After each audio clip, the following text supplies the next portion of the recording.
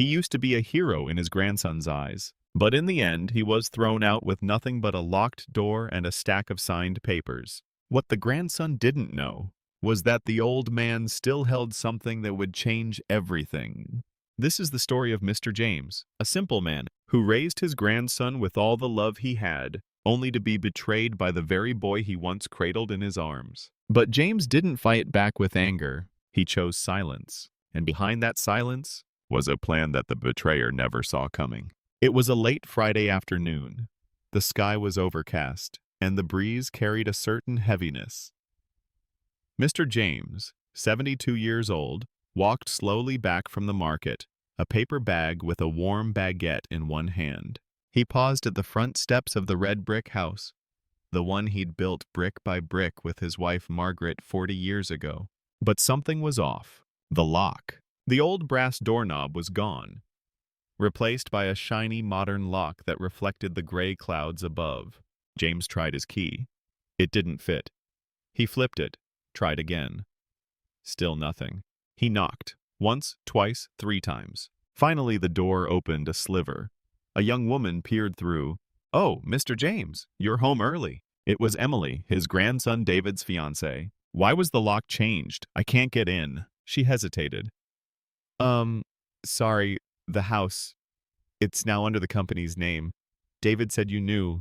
"Company? What company?" She mumbled something, then gently closed the door. James stood there, alone, baguette still warm in hand, staring at a house that now had no place for him. Not because it wasn't his anymore, but because someone he loved had quietly closed the door on him. David had always been bright, sharp-minded, charming, tech-savvy. When he got a scholarship to study abroad, James had been proud beyond words. He remembered the little boy with scraped knees and missing teeth, chasing butterflies in the backyard. After David's parents died in a car crash when he was just 3, James and Margaret had taken him in, raised him like their own. He gave the boy everything: a stable home, good schools, life lessons carved from hard-earned wisdom. When David returned from abroad, he came back polished, suited, confident, full of ideas. "Grandpa," he had said one morning over eggs and toast, "this house, it's beautiful, but it's aging. I want to help you modernize it. Solar panels, a smart kitchen, maybe a garden extension. All in your name, of course." James had smiled, touched by the offer. "I don't need fancy gadgets, David. Just need the roof not to leak." But David was persuasive. Days later, he brought home papers. "Just routine. Paperwork so I can help coordinate the upgrades. Contractor permissions, liability stuff. Nothing changes. You're still the owner." James remembered the folder, the blue pen, the warm pie cooling on the counter as he signed line after line. He hadn't read them all. He trusted the boy he had rocked to sleep during storms, who once held his hand tightly in supermarkets. But trust, James would soon learn, can be a dangerous luxury. That night, James didn't have a bed. He found a park bench a few blocks from the house he once called home. The same bag of now cold baguette sat beside him, untouched. He didn't cry. He didn't shiver. He just stared up at the dark sky, breathing through the fog in his chest. When Margaret passed 2 years ago, James had thought that was the deepest grief he would know. They had met at a corner bookstore, fell in love over poetry and coffee. She was laughter and light. Losing her had split him quietly down the middle. But this betrayal had a different flavor. Not loud, not sudden, but slow, surgical, like being erased with polite smiles and legal documents. The next morning, James went to the bank. Habit, mostly, but also hope. The savings account hadn't changed. David hadn't touched it, because David didn't know it existed. After Margaret died, James had filed a wrongful death lawsuit. The hospital had dismissed her symptoms. She paid the price. It took almost 2 years, but he won. $2.4 million. He never told anyone. Not David, not Emily. He split it across accounts under his late wife's maiden name, not because he was paranoid, because he understood people, because he knew that sometimes even love gets greedy. And now, sitting alone in that sterile bank lobby, James realized something else. David hadn't just betrayed him, he had underestimated him. James may have lost a house, but he still had wisdom. He still had time. And he still had a weapon David never learned how to wield: patience. That afternoon, James sat at a cafe across town, sipping black coffee and flipping through a worn notebook he always kept in his jacket. Inside were old scribbled recipes, Margaret's favorite quotes, and a list of names he hadn't contacted in years. One stood out: Richard Bell. Rick was a former lawyer and an old friend from James's days at the shipping yard. Retired now, living in a small town 3 hours away. James hadn't spoken to him in over a decade. But friends who shared midnight shifts and back injuries tend to remember loyalty. He dialed the number. "If this isn't a prank or Jesus himself, I'm hanging up," came the raspy voice. James chuckled. "Rick, it's me." There was a pause. "Holy hell, James, you alive, old man?" "Barely. I need a favor." "Where and when?" They met at a roadside diner the next morning. Rick looked older, more tired, but still had those sharp eyes and a pen always clipped to his pocket. James laid out the story: the house, the signatures, David, the locked door. Rick didn't interrupt once. When it was over, Rick tapped the table twice. "You didn't lose. You just paused. Now it's your move." He explained the next steps: filing a fraud investigation into the transfer, reviewing the documents for coercion or deception, and, if needed, building a case. "It won't be fast," Rick said, "but we'll get your name back where it belongs."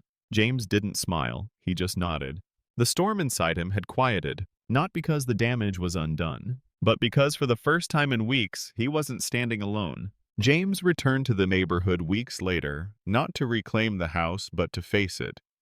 He parked across the street and stared at the brick facade, now repainted, with sterile white siding and modern railings that erased the soul of the home. He didn't knock. Instead, he waited. David came out onto the porch, surprised. No suit this time, just sweats and a hoodie. His hair unkempt, a shadow of the man who had smiled with contracts in hand. "Grandpa," he said slowly, "I wasn't expecting—" "I know," James interrupted. They stood in silence. 2 generations bound by blood but divided by choices. "You knew what those papers meant. You lied to me," David swallowed. "I thought you'd be taken care of. I didn't think you'd understand the business side." "You're right," James said, voice steady. "I didn't understand. I trusted." David looked down. "I didn't do it out of malice. I just got ahead of myself. Investors, pressure, Emily." James held up a hand. "I'm not here to hear excuses. I came to tell you this. I've spoken to lawyers, we're filing, not to ruin you, but to reclaim what you tried to erase." David's face tightened. "You're really going to court? You made a business deal out of family. Now you get to see what that costs." James turned and walked away. He didn't look back. Sometimes strength isn't in raising your voice. Sometimes it's in walking away with your name intact. 3 months later, the house stood empty. The company had collapsed. David had left the state. Emily moved back in with her parents. No announcement, no apology, just a quiet disappearance like dust swept from a corner. James didn't gloat. He didn't celebrate. Instead, he stood in the silence and let it settle. The fraud case moved faster than expected. Rick, sharp as ever, had filed every document with precision. The judge ruled in James's favor after one hearing. The deed was restored. But James didn't move back. Too many memories had been scraped off those brick walls. Too many ghosts sat at the dinner table. He sold the house to a retired teacher and used the money, along with his untouched savings, to do something unexpected. He bought 3 small properties across town. Not flashy, not big, just safe. He called the program Margaret Place. Each home was for elderly people who had been abandoned, evicted, or left behind, just like he had been. The first tenant was Mrs. Green, 78, left homeless after her nephew took her pension. The second was Charles, a former jazz musician with no family. They shared meals. They tended a small garden. On Sundays, James would make tea and sit with them on the porch.